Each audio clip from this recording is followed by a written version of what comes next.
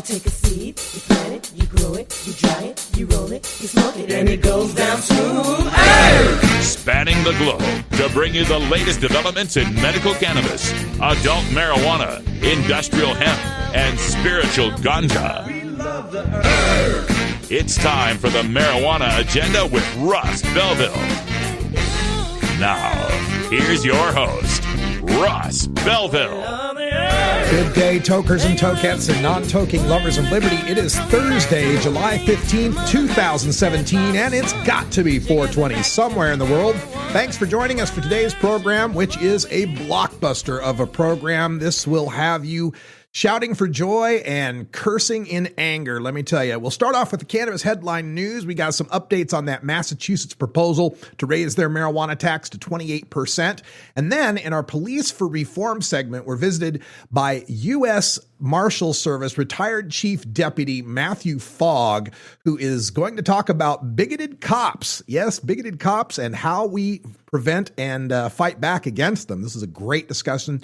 I was very excited to speak to him about it. In Drug War Data Mining, we'll take a look at one of the consequences of our opiate epidemic and our federal government's maintaining Schedule 1 for cannabis that can help fight that opiate epidemic. That is the rise in HIV infections in some of the most vulnerable counties in America. We'll talk about that. Also, in What About the Chidlren today, we speak with Erica Marie Tucker, a felon in the state of Texas for breastfeeding her child. We'll tell you how that came about. And at the end of the show, we'll have time for a radical rant where an Oregon tax theft shows the desperate need for banking services in the marijuana industry.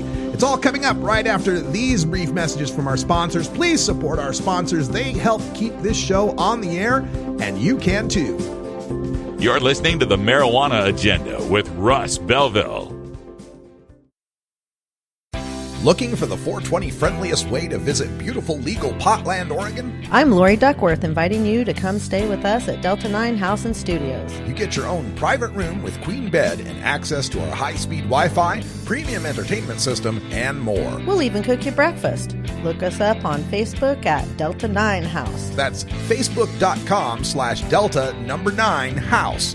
Delta 9 House is booked through Airbnb.com. City of Portland permit number 17-159855. And now, another episode of Cannabis Shakespearean Theatre. I'm your host, Leonard Pinth-Garnell III. Tonight, we revisit a classic of the cannabis cinema, 1977's Animal House. While not known as a cannabis movie per se, this scene, reenacted by the Royal Cannabis Shakespearean Theatre Company, features a cannabis-smoking professor, played by Donald Sutherland, sharing a joint with his student Pinto, played by Thomas Holtz, while exploring the nature of the universe. Enjoy. Verily, it appears as if the entirety of the heavens could be as one minuscule atom in the fingernail of a heretofore unknown colossus. Marvel upon marvel. So, logically, one minuscule atom in mine own fingernail could contain a microscopic entirety of the heavens. Oh, wouldst thou entertain my purchase of cannabis? For Cannabis Shakespearean Theatre, I'm Leonard Pinth-Garnell III. The Marijuana Agenda, like the gay agenda, only with better music.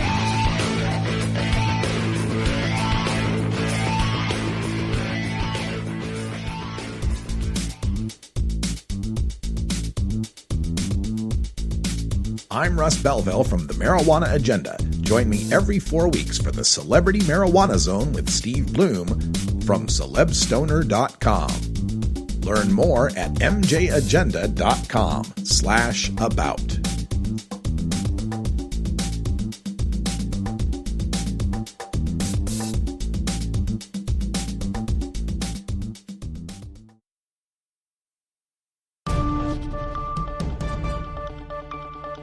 This is your Cannabis Headline News. Brought to you by MarijuanaMoment.net, the complete source for all your marijuana news in one morning newsletter from Marijuana Majority Founder Tom Angel. Subscribe today for free at MarijuanaMoment.net. This is your Cannabis Headline News for Thursday, June 15th, 2017. I'm Russ Belville. The Boston Herald reports that Massachusetts Governor Charlie Baker is not committing to a House proposal to hike the tax rate on recreational marijuana to 28%, saying it is unclear to him if it is too high or low to cover the costs of regulating the state's legalized pot industry. Quote, "I don't know if this number would meet that test or not," Baker told reporters after an unrelated event in Beverly yesterday. Baker's comments came as House leaders abruptly canceled today's anticipated vote on the bill amid what Speaker of the House Robert A. Delio cited as procedural issues and unspecified concerns over the bill's languages. The bill faced blistering criticism from advocates and State Senator Pat Jalen, co-chair of the committee that produced it, particularly over the proposed tax rate, though DeLeo said he still believes the overall bill is, quote, terrific. California would set standards for organic marijuana, allow pot samples at county fairs, and permit home deliveries under legislation to be considered by lawmakers Thursday as the state prepares for next year's start of legal marijuana sales, says a report from the Associated Press. Lawmakers and Governor Jerry Brown's administration are working to merge California's new voter-approved recreational pot law with the state's long-standing medical marijuana program. They have settled on an array of regulations to protect consumers and public safety while ensuring taxes are collected. The provisions were tucked into the state budget agreement between Brown and top legislative Democrats announced this week following months of negotiations with businesses operating illegally or in the legal medical marijuana field and investors who want to enter the nation's largest legal marijuana market. The Des Moines Register reports that Iowa State University lost another appeal in federal court against the decision of an administrator to prevent a marijuana advocacy group from printing a T-shirt that included the university logo and a marijuana leaf. The 8th U.S. Circuit Court of Appeals on Tuesday, for the second time, said ISU administrators, including former President Stephen Leith, violated First Amendment rights of two students who were top officers of the ISU chapter of the National Organization for the Reform of Marijuana Laws. The ruling also finds the four administrators, including former Senior Vice President Warren Madden, former Senior Vice President for Student Affairs Tom Hill, and Leisha Zimmerman, Director of ISU's Trademark Office, can be held personally responsible for violating the students' constitutional rights, setting up a potential for the students to seek monetary damages. Iowa taxpayers would be responsible for paying, since state law indemnifies state employees sued in federal court for action pertaining to their jobs. New Mexico's top health official on Wednesday rejected state medical cannabis advisory board recommendations to add opiate dependence and Alzheimer's disease to the list of conditions that qualify someone to legally buy medical cannabis from a state licensed producer, according to the Albuquerque Journal. The board had voted 5-1 on November 4th to recommend adding opiate use disorder to the list of 21 medical conditions that allow a patient to qualify for the New Mexico Medical Cannabis Program. Health Secretary Lynn Gallagher rejected the board's November 4th recommendation, citing a lack of scientific research to support the argument that cannabis can offer relief from the pain and suffering of people struggling with opiate addiction. Quote, "While I share the advisory board's concern about opiate use and its costs, I cannot say with confidence that the use of cannabis for treatment of opioid dependence and its symptoms would be either safe or effective," end quote, Gallagher wrote in her response issued Wednesday. The Herald and News reports that authorities have arrested an Oregon Department of Revenue employee after he allegedly stole tax payments made by a medical marijuana dispensary in Klamath Falls. Theodore Raymond Paulson, age 55 of Salem, was arrested Tuesday after authorities acted on information from Ed Medina, owner of A Better Way Medicinal Alternatives. Medina said multiple money orders mailed to cover payroll taxes for his business had been stolen, and police determined Paulson was the likely suspect. The Department of Revenue spokesperson could not comment Wednesday on Paulson's role in the department or other details due to the ongoing nature of the investigation. Paulson was booked into the Marion County Jail on charges of first-degree theft, mail theft, first-degree official misconduct, and possession of methamphetamine. He was released on his own recognizance with orders to appear in court on July 12th. This has been your Cannabis Headline News. I'm Russ Belville. You're listening to the Marijuana Agenda with Russ Belville. At Herbie's Cannabis Seeds, we pride ourselves on bringing you the best quality seeds from the world's most respected cannabis seed producers, all at the lowest online prices. You can find Herbie's Seeds at herbiesheadshop.com. All cannabis seeds are sold as souvenirs and as a means of preserving cannabis genetics. Herbie's Seeds in no way intends to condone, promote, or incite the use of illegal or controlled substances. We strongly urge all prospective customers to check their national laws prior to placing an order. Herbie's Seeds at herbiesheadshop.com. Proud sponsors of the Marijuana Agenda with Russ Belville. And now, another episode of Cannabis Shakespearean Theatre. I'm your host, Leonard Pinth-Garnell III. Tonight we revel in the hilarity of acquiring cannabis when miscommunication occurs between the cannabis delivery service and the consumer. The Royal Shakespearean Cannabis Theatre Company presents the classic David's Not Present piece, made famous by Richard Marin and Thomas Chong. Enjoy. Hark! Who goes there? It is I, David. Pray grant me immediate passage, good sir. I come bearing a package of great import. Hark! Who goes there? It is I, David, as I previously informed you.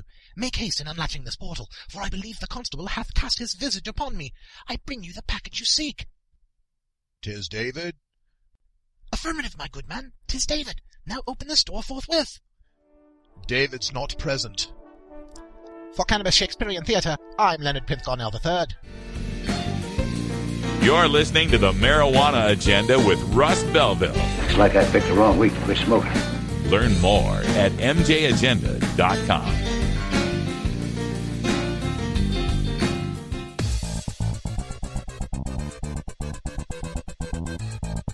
I'm Russ Belville with the Marijuana Agenda. Join me every 2 weeks for the Cannabis Minority Report from the Minority Cannabis Business Association.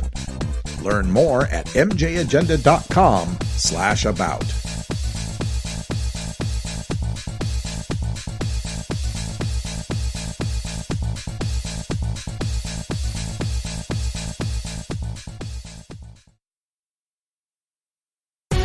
This is Police for Reform, brought to you by Law Enforcement Action Partnership at LEAP.cc. LEAP is a group of law enforcement professionals advocating for criminal justice reforms in the areas of drug prohibition, mass incarceration, asset forfeiture, community policing, and more. LEAP provides qualified speakers across the world to speak with authority on criminal justice issues. We visit with one such speaker now in Police for Reform. Welcome to Police for Reform. I'm Russ Belville. Joining us today on the program, we have retired Chief Deputy Matthew Fogg from the U.S. Marshal Service. Matthew, welcome to the program. Hey, it's good to be with you. I've got your bio, and it says that you joined the Marshal Service in '78. You quickly rose through the federal law enforcement ranks, supervisory special agent with the DEA, international work that you've done, and apprehension of hundreds of fugitives charged with some of the most dangerous and terrible crimes that we could imagine. Did that put your work squarely in the middle of the Just Say No 1980s? And what do you think of Jeff Sessions, our Attorney General, hearkening for those good old days of tough on crime law enforcement? Well, you got two questions. I mean, certainly when you're talking about in the 80s and when I came on board, that's when the drug war started ratcheting up. So, and then, of course, myself having a chance to see how law enforcement operates, I got a chance to see it on the inside, that blue wall of silence, all of the things that we do in law enforcement. I saw a lot of bias in law enforcement. I saw a lot of pretty much, discretion that we had, that we can really do a lot damage to the public, matter of fact, and we can do good things, but we can do a lot of damage to the public. So I saw it both ways, especially that war on drugs and all of that. So for me, when you start talking about being hard on crime, that they use that sort of terminology that maybe even Jeff Sessions comes with, what does that really mean? Does that mean being hard on a particular race of people, on those folks who we can easily control, or does that mean equal opportunity enforcement operation? And I just didn't see it that way. If I seen it as an equal opportunity enforcement operation, where we go after everybody just as hard, didn't matter who you were, then I would have said it would have fixed itself. But because we kind of just dealt with a certain aspect of society, being hard on that aspect of society, then I saw the biasness where it said to me something needs to change. Yes, like what we saw in the 1980s, tough on crack users, not so tough on the Wall Street cocaine users. Hello, that's what I'm talking about. And you see him go ahead, I'm sorry. Oh, I was going to say that leads into another aspect of your resume I'm checking out here, how you are the chapter president for the Heritage Chapter of Blacks in Government. And of course, with Black Lives Matter and so many of the high profile incidents of law enforcement shooting and killing unarmed black citizens, this is of major import when we talk about reforming our police departments. Do you feel that the war on drugs has led to this? That would this have been a part of our law enforcement without the war on drugs, or did the war on drugs make it worse in any way?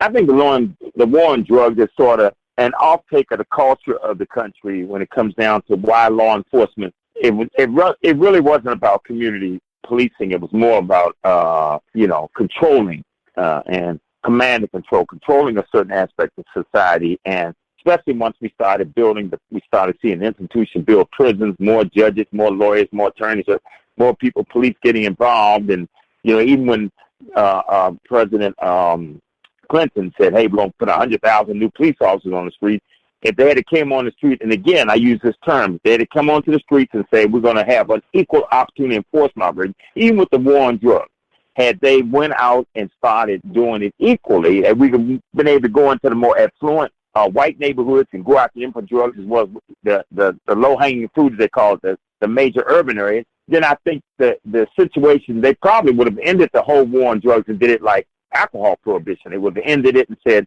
let's go with treatment, let's go with education instead of just sort of lock them up and throw away the key. But when we see these racial disparities today, and we see on every Justice Department survey or pattern and practice investigation, we see over and over again these widespread disparities. They're not even close when it comes down to race issues in law enforcement. So again, I see law enforcement, the community I come from, and where they see law enforcement, what I have had a chance to observe was it was more about racial bias policing. And how do we stop it? We have to start to say, how do we get law enforcement to understand you're there to serve and protect the people, not the people serve and protect you? So this is kind of sort of like the mindset that I begin to observe in my operations, and so many things that I did in law enforcement. It must be frustrating to see the noise coming from Capitol Hill these days with the Department of Justice. And, Jeff Sessions, the Attorney General, has already pulled back on investigating the police officers or the police departments under these pattern and practice sort of investigations, trying to tie the hands of DOJ, as it were, and trying to consign this to an idea that it's just a few bad apples, forgetting the last part of that saying, which is spoil the bunch. This must be frustrating. What do we do as citizens and advocates with police for reform? How are we going to fight back against this tide? Well, it's kind of funny you said that. I wrote an article, it's just a few bad apples. And the problem with that is which apple is pulling you over? I mean, for the people. So if you don't know who that bad apple is, then they're all tainted. And one of the things when I saw how the New York Police Department, many of them turned their back on their commander-in-chief, that told me right off that, that blue wall of silence, that world is real. The law enforcement is a powerful and very strong tool. It's sort of like when you get power, after a while, power begets power, and sooner or later, you forget who you were there to serve and protect. So what I see in law enforcement today and how I see this whole blue wall of silence, and how I see how we operate, there's this problem of the bad apples are there, but it's people instead of focusing on saying, hey, well, you're throwing all law enforcement under the bus every time you talk about a few bad apples. Again, if you don't know who the bad cops are, then the bottom line is all of them become suspect. And what I like to see, which one of the things I'm working towards, is to try to start an organization that protects whistleblowers, that cops who are willing to come forward, because I know a lot of cops that want to come forward and point out the bad apples, because in law enforcement, police know who the bad apples are. It's like the National Rifle Association always says, the only way you deal with a bad guy with a gun is a good guy with a gun. The only way you deal with a bad cop is with a good cop. But we have to feel comfortable to come forward, because if we come forward, most of the time we are shot down, our careers are destroyed. I went through that whole thing in my career, taking on the Justice Department, proving race discrimination exists, and now I'm the class agent representing thousands of black U.S. Marshals all over the United States, alleging the same thing that I originally led about how the racism was pervasive internally. Now, if it's happening internal and I'm working next with a bigot with a badge, I got to work next side by one of them. Imagine what that person is doing to the public. So it is a systemic problem that we have to be willing to say it is a problem in law enforcement. We can't worry about whether there's a few bad apples. We have to say you can't have no bad apples. End of the story, or people won't know who to trust. That is powerful, and I'm so glad to hear you saying that, Matthew. And what we're seeing lately in the news, of course, this week we had the terrible shooting that took place on a congressional baseball field, and previously we had attacks on police officers in Dallas and Las Vegas. And I worry that these attacks just solidify a segment of our population that is, behind the, Blue Lives Matter, they often like to say, and the police officers themselves becoming even more silent and feeling there's more opposition against them. I admire the work you're doing, trying to break through that blue wall of silence. And I'm wondering what our listeners can do as average citizens to help that focus. Right. What happens in that whole scenario, we become so powerful. And the only way, like for example, U.S. Marshals, we have a witness protection program. The only way the government was able to prosecute a lot of these bad cases is they had to have witnesses come forward, but they had witnesses have to be protected. I believe the biggest way the public can help out is one of the things that I'm putting together, and I think that what they need to do is whenever you hear cops that are willing to come forward and tell the truth and tell it like it is, they got to give those cops full support, and they got to ask more cops to come out and tell it like it is. A lot of cops are good cops, and they want to point out the bad cops. They want to point out the scenarios that maybe that situation of them pulling, say, racial profiling and all of the writing extra tickets and all of this stuff that happens in certain racial minority ethnic areas and other things that we do in law enforcement that we can get out of control real fast with. But if somebody was able to come forward and people able to speak out, they need this public support so that those commanders and folks won't turn around and make them look like the bad guy. So that, to me, is how the public, our organization here, the Law Enforcement Partnership Network, Action Partnership Network, they can go up on our website and they can join. They can help to support us. We've got a place up there where you can make donations. But again, like I said, any place where you talk about whistleblowing cops, I'm writing a book, Bigots with Badges. And that's, these are the realities of law enforcement. How do we get it under control to where it now serves and protects the people? It is community policing, and it's not about going in like we're fighting a war, the bad guy versus the good guy. It's almost that mindset with cops out there on the street. When I pull you over, I'm God, and whatever I say, you do, or either there's going to be consequences. We need to kind of get rid of that sort of mindset. I couldn't agree more. This is fantastic. Matthew Fogg from Law Enforcement Action Partnership. Do you have any other shout outs, any sort of contact information you'd like to give out for any of your organizations? Yes. Well, I'm a member of Blacks in Government. That's BIGNET, BIGNET, and for Blacks in Government, bignet.org. federallyemployedwomen.org, FEW.org, and also, again, myself, I'm working on a whistleblower network for officers. I'm putting it together now. I just ask for their support. When they hear my name, they can Google Matthew Fogg. They can see I took on the U.S. Department of Justice, won a major civil rights Title VII case. So I'm just all in that internet on things that I do to advocate for police, but also make certain that we're doing it right. Thank you so much for the work you're doing, Matthew Fogg. We appreciate it, and good luck on all your endeavors.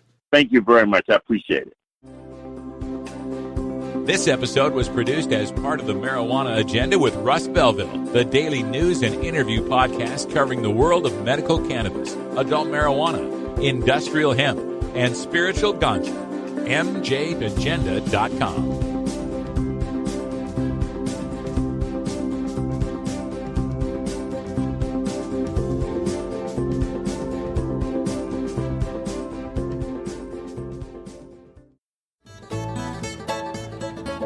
New beginner guitars and banjos are often constructed much better than ones built before your time.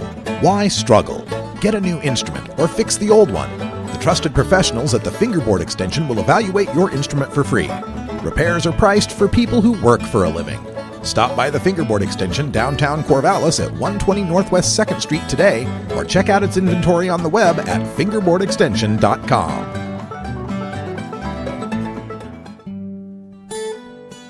Hi, I'm Russ Belville from the Marijuana Agenda. Putting together the most comprehensive live weekday marijuana news talk program is a full-time job. Now you can do your part to ensure that listener-supported independent cannabis radio journalism can continue by becoming a patron of the Marijuana Agenda. Just log on to mjagenda.com and click the Become a Patron button. For your $4.20 monthly donation, you'll receive over 20 hours of original first-hour podcasts, plus other materials only available to paid subscribers.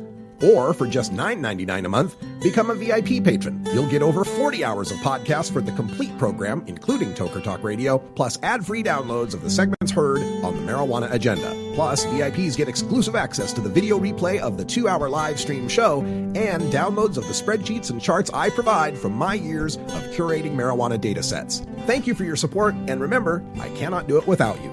Please become a patron today at mjagenda.com.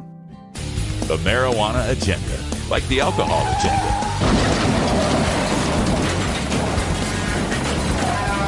But a lot safer.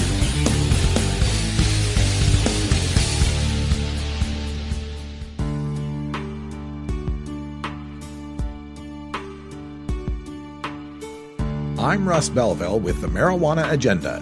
Join me every 2 weeks for Cannabis Q&A with Dr. Mitch Earlywine from the Burning Issues podcast on CannabisRadio.com. Learn more at mjagenda.com/about.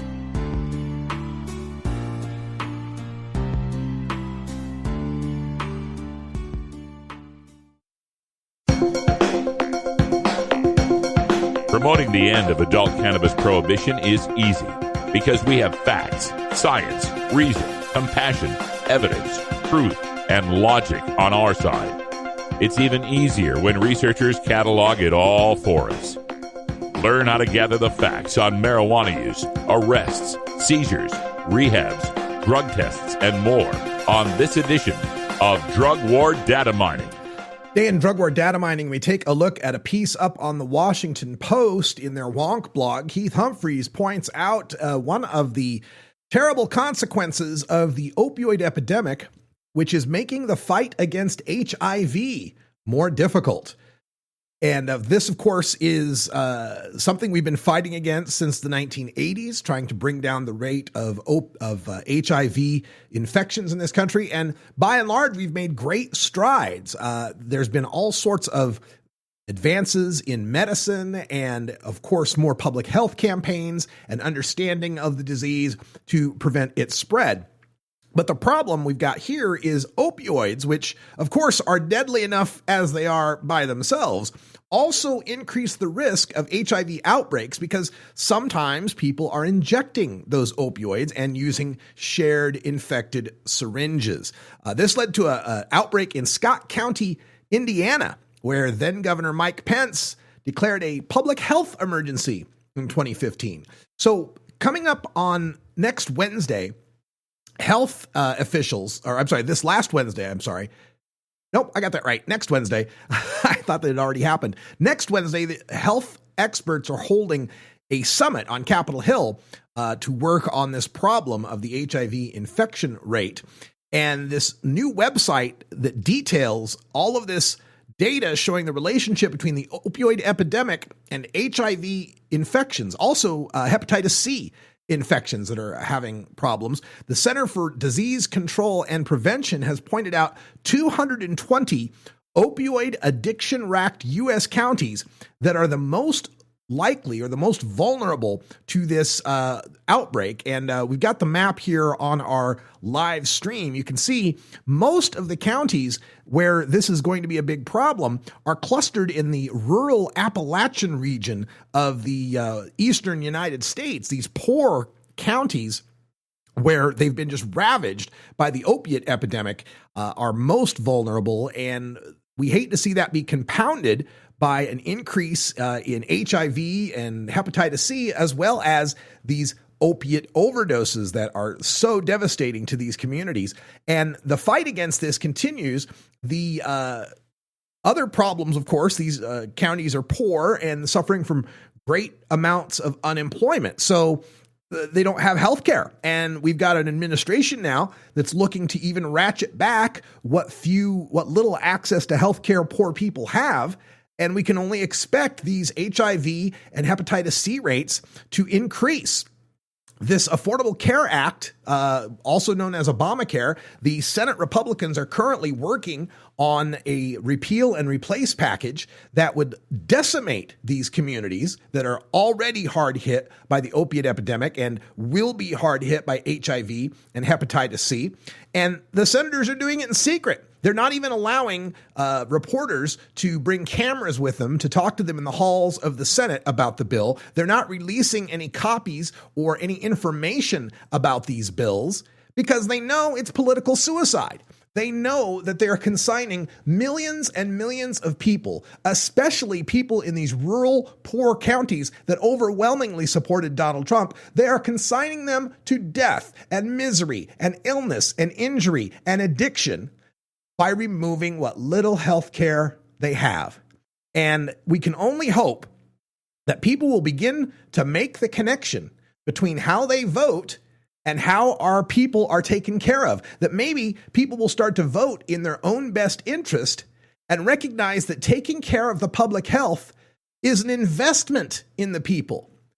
When we allow HIV or hepatitis C to run rampant in some of these places, that decimates the workforce, that decimates productivity. It's in all of our best interest. For the same reasons that we don't have private fire departments, for the same reasons that we have fire departments that will put out the fire at anybody's home or business, whether or not they've paid taxes, whether or not they're hardworking members of society, we put out their fires because we know that fire can spread to other people.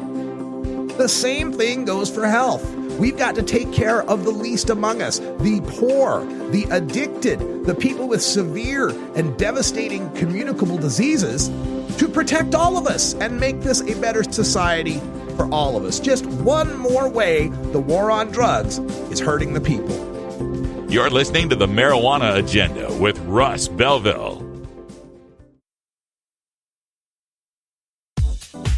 The Marijuana Agenda with Russ Belville is proudly sponsored by the Marijuana Business Association. The MJBA, called by NBC News the Cannabis Chamber of Commerce, is the fastest growing business association and the fastest growing industry in America. I've been working with the MJBA for years, and I personally invite you to join the MJBA. MJBA also publishes the popular MJ Headline News on Facebook and the MJNewsNetwork.com and Marijuana Channel 1 on YouTube. Visit MJBA.net for more details.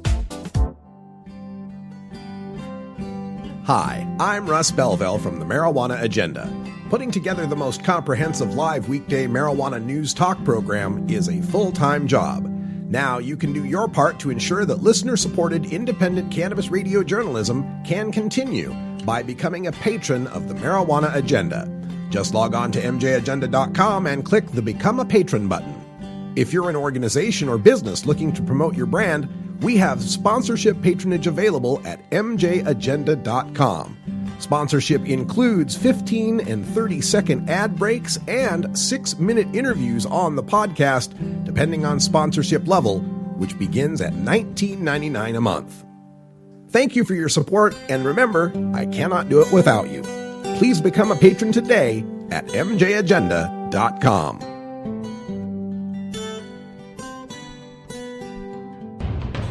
The Marijuana Agenda, Kevin Sabet's boogeyman since 2012. You have offended my family, and you have offended Shaman Temple.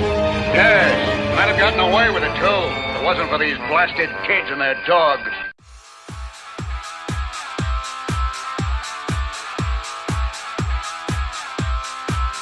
I'm Russ Belville from the Marijuana Agenda. Join me every 4 weeks for Cannabis Sports Medicine from the Gridiron Cannabis Coalition. Learn more at mjagenda.com/about. For decades, What About the Children was a rallying cry for concerned parents fighting to keep marijuana away from their kids. Now, advances in medical cannabis technology have parents fighting to access marijuana to save their kids. In some cases, those parents who utilize medical cannabis have to then fight the state for their kids. Today, we're joined by another guest from Moms for Marijuana International as we ask, what about the children? Welcome to What About the Children? I'm Russ Belville. Today on the program, we want to discuss the case of a young woman in Texas, a mother who is facing some severe interference from the state of Texas over her maternal cannabis use. We're speaking with Erica Marie Tucker. Erica, how are you doing? I am decent. Decent. It's been a fun journey. Yeah, it's not been a fun journey at all. I first heard about your story earlier last month in Fort Worth, Texas, as you spoke so passionately at the Fort Worth Cannabis March there.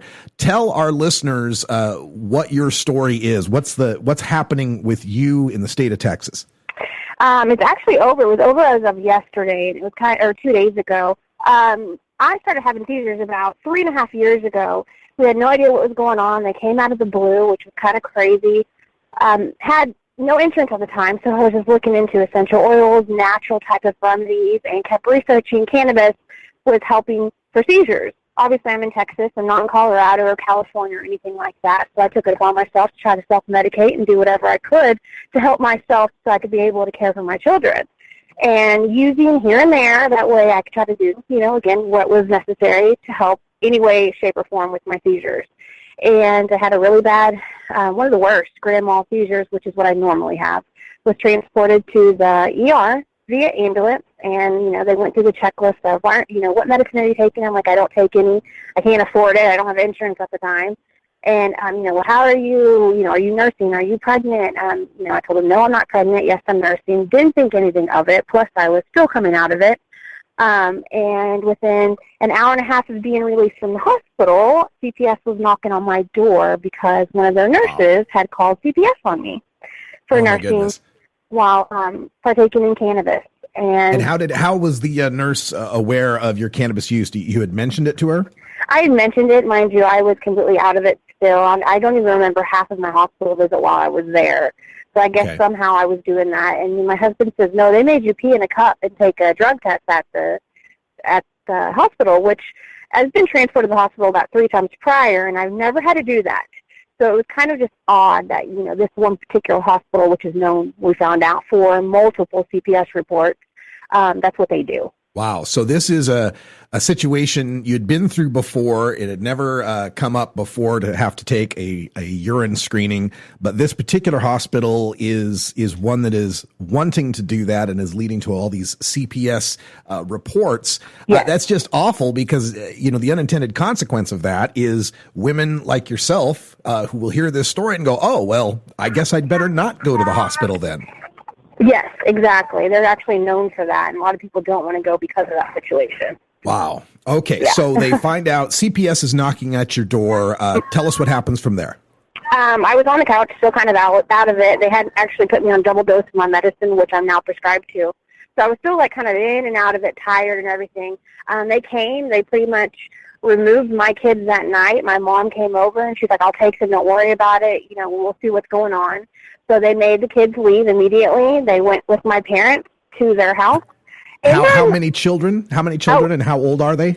I have 5, but my oldest was with her dad. She's 12, or she was 11 at the time, and then we had a 10-year-old, a 7-year-old, 4-year-old, and my 22-month-old, so under 2. So they all went to live with my mom, the younger 4. The older one stayed with her dad. And they went there, CPS, it was a long 5 months. We had to do, I think, 3 urine tests, 2 hair sample tests to make sure that, marijuana was no longer being used and that our drug levels were going down, which obviously they would when it comes to my children.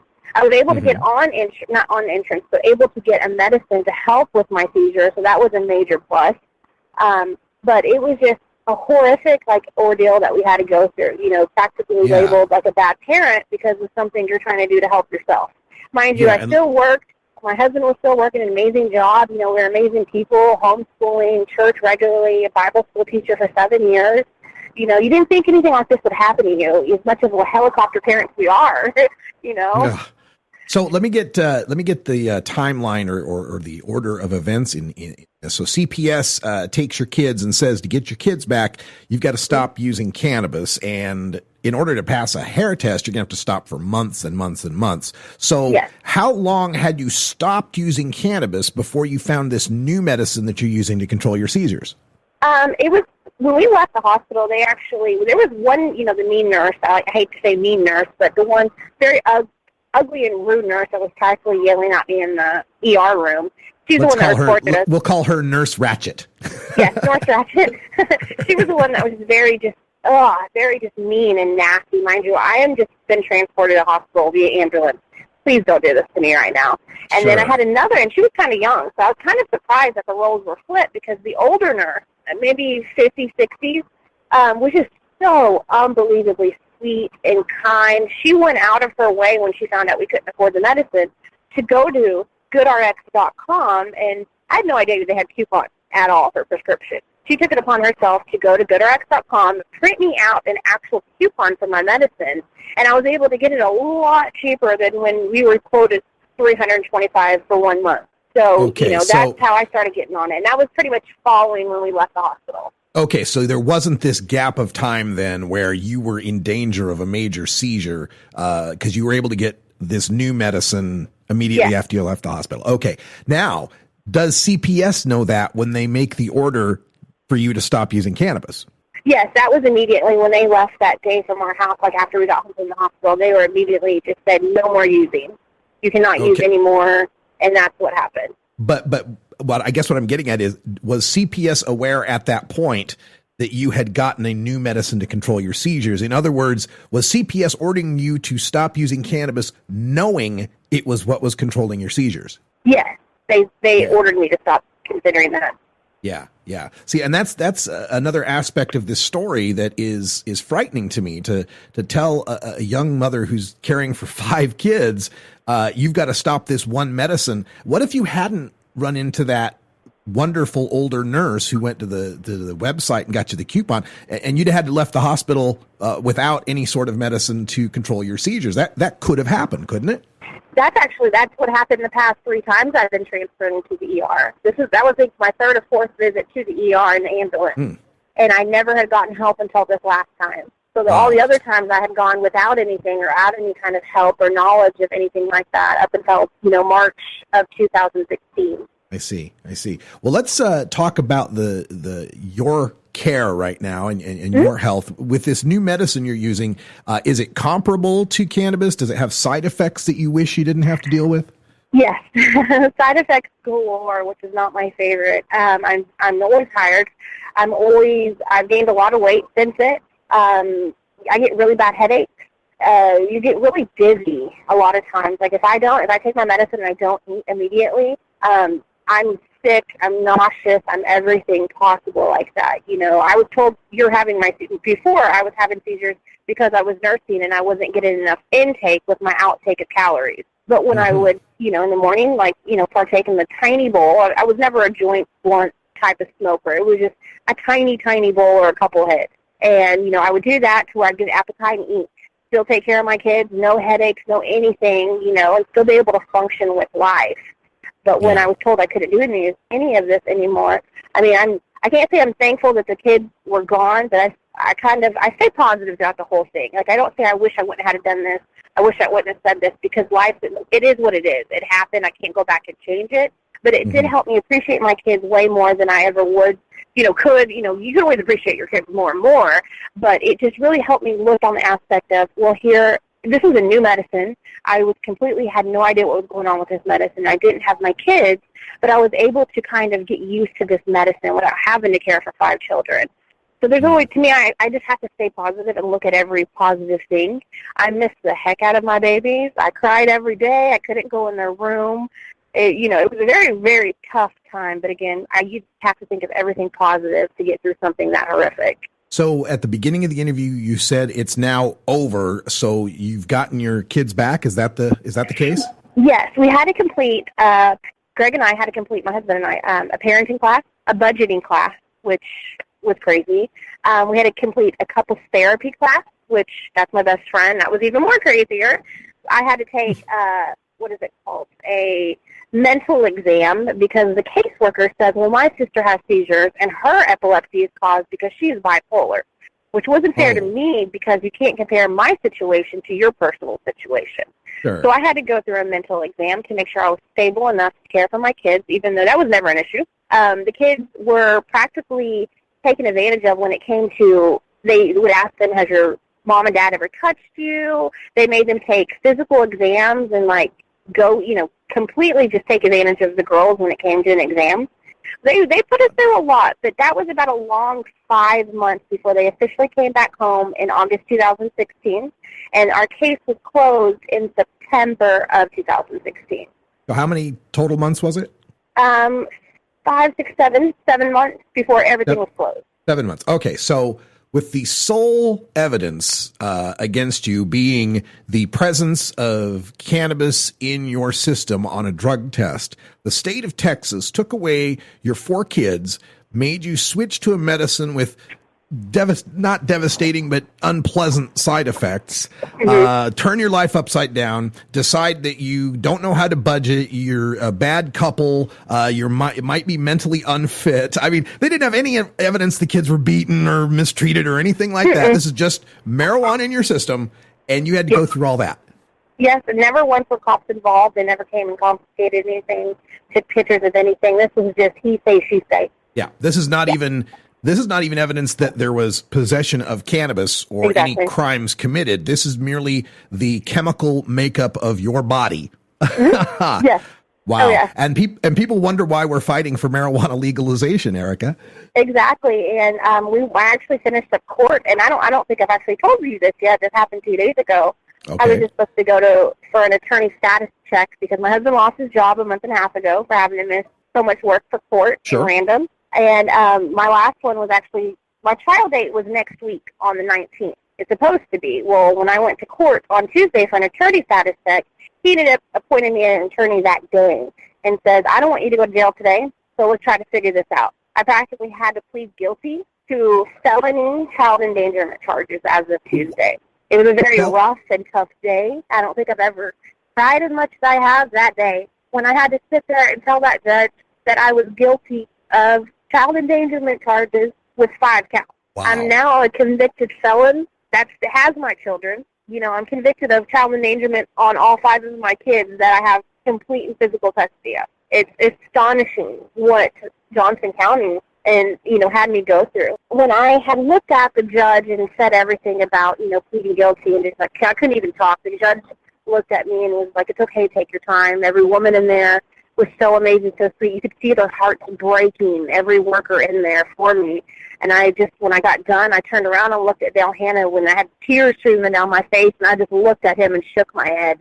And I just wanted to say, and I didn't, but I wanted to say so bad, are you happy? Is this what you wanted?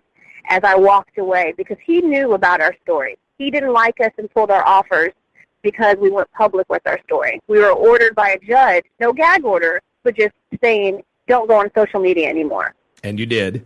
Of course. I thought my voice needed to be heard and it needed to be told this story. And we received nothing but 100% positive feedback and support. And our story was shared all over the world. We have signatures on our petition all over the world. I was very astonished and just amazed at how much support we had. Yeah, this is an amazing story, and I'm going to spread it far and wide. Your voice will be heard, Erica Marie Tucker, and this is just astonishing. So you're now convicted of these felonies. No jail time, I hope. No, yes, I was convicted to, obviously, 5 counts of felony charge of child endangerment. I have to serve 5 years probation. I have to do 130 hours of community service, pay a $250 fine with court fees. It ended up coming to about $675. I have to take another drug class, which we completed with CPS, and another parenting class, which we completed with CPS. And there's something else I have to do, and I forgot. I have to do all that. So 5 years of probation, of course, meaning yes, and it's not drug tests are involved. It's going to be on my record for life. Yeah, and this is drug tests involved the whole time, right? Yes. Yes. Right. So going without your cannabis medicine for your seizures for another 5 years. 5 years of these side effects from the medication you're on. Yes. And my goodness. And of course, I imagine you lose your right to vote at this point. Yes, I can't possess a weapon. I can't vote anymore, which I'm a strong voter. I've always voted. I can't do any of the things that I love to do anymore, considering the crime was pretty much done and over with when it came to CPS. But Johnson County is known for being one of the strictest counties when it comes to charges like this. Yeah. It is a tragedy, but I'm really amazed at how strong you are throughout all this. And I want to give our listeners a chance to help you out. I imagine you've got all sorts of expenses and all sorts of difficulties you'll be going through. So if you want, would you want to give them any contact information or ways to get in touch with you? Yes, our family has an actual, I love blogging, so we have a website called thetuckerlife.com, and there's a tab when you go on there to our family website, and it says The Tucker Site. All the links to our fundraiser page and everything, petition, and our donation page is on there. I have all the links provided. All right. Erica Marie Tucker, thank you so much for joining us here on What About the Children. Your story, I hope, will lead to some positive change in this arena, because nobody should have to go through what you've gone through. Thanks for staying strong and speaking out. Thank you, Rod. This episode was produced as part of the Marijuana Agenda with Russ Belville, the daily news and interview podcast covering the world of medical cannabis, adult marijuana, industrial hemp, and spiritual ganja. MJAgenda.com.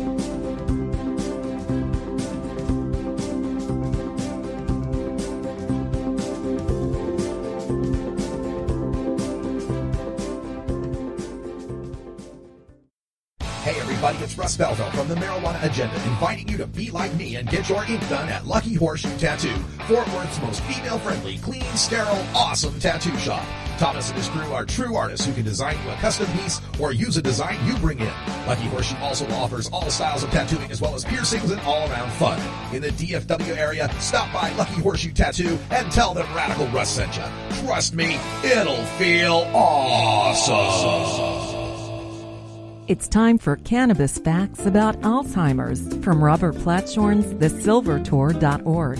This message is supported by our donors and Hemp Inc., a public company poised to lead America's hemp revolution at hempinc.com. A new Florida study in the journal Molecular and Cellular Neuroscience found that cannabis promotes the growth of healthy new brain tissue.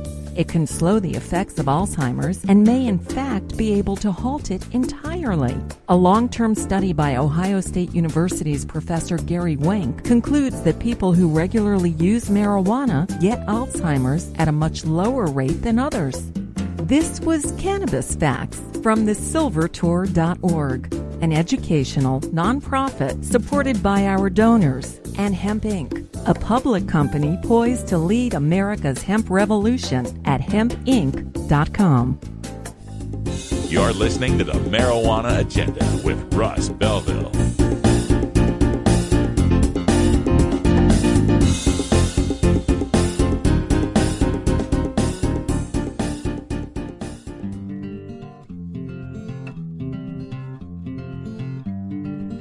I'm Russ Belville with the Marijuana Agenda.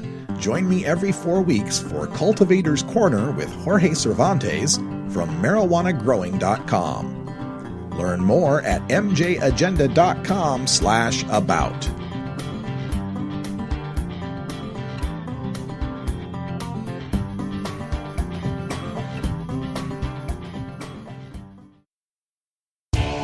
Total war against public enemy number one. 10 federal criminal penalties for 1 ounce of marijuana. Marijuana is probably the most dangerous drug.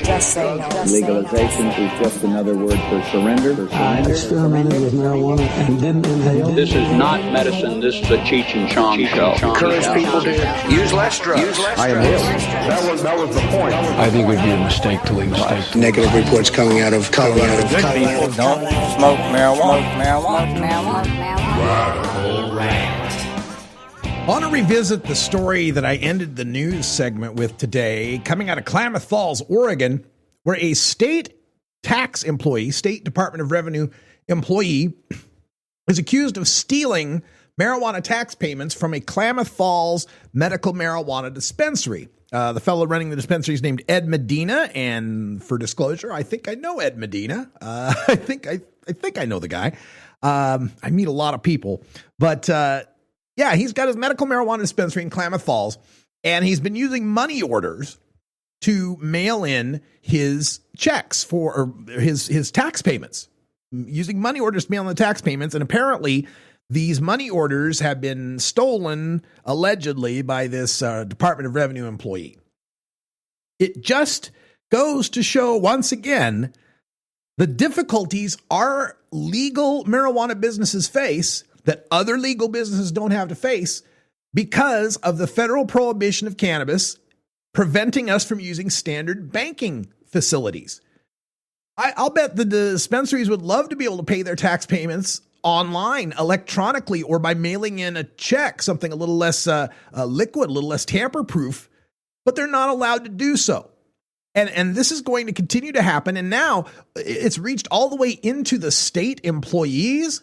I mean, it's bad enough we got to worry about the armed robbers, and we got to worry about the gangs. We got to worry about people coming in and trying to steal from us who we'd expect to be stealing from us. But to have our own state employees getting in on the action, it shows once again how the drug war corrupts. It's time to finally pass some of these federal bills that would grant access to banking facilities. The drug warriors want to paint this as facilitating some sort of cartel action, money laundering, drug distribution. They want to make it into some terrible criminal activity that's going to cause all sorts of bad effects within our society.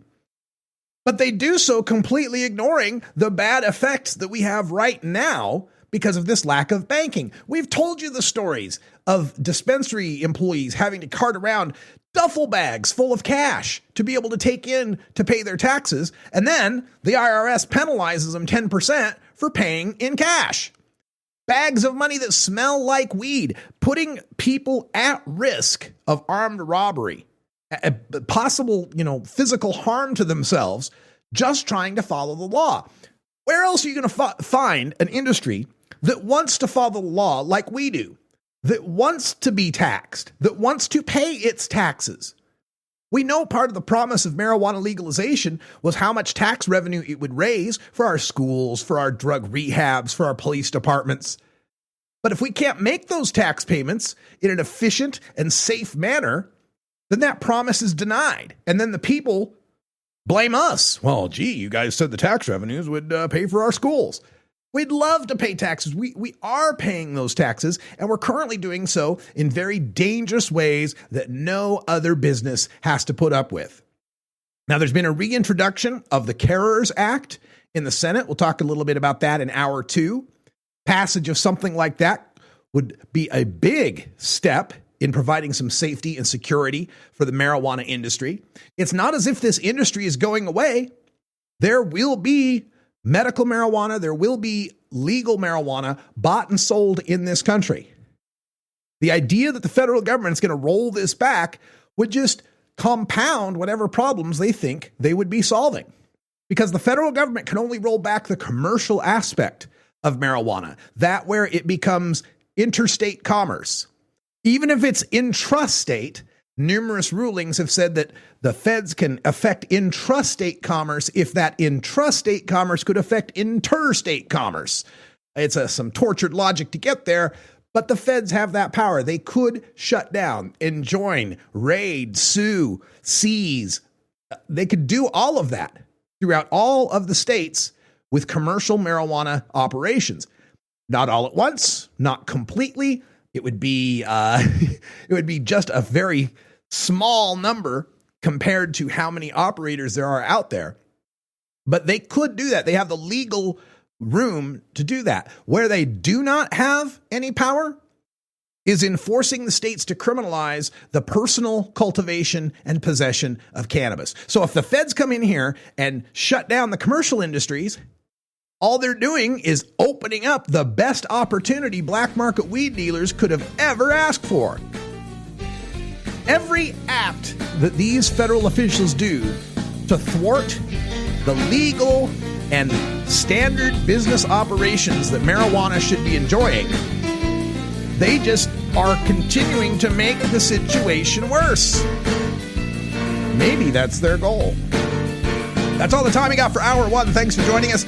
Live listeners, Hour 2 is next. VIP subscribers. Follow MJ Agenda on Facebook, check us out. Pinterest, Instagram, YouTube, and follow MJ Agenda Show on Twitter.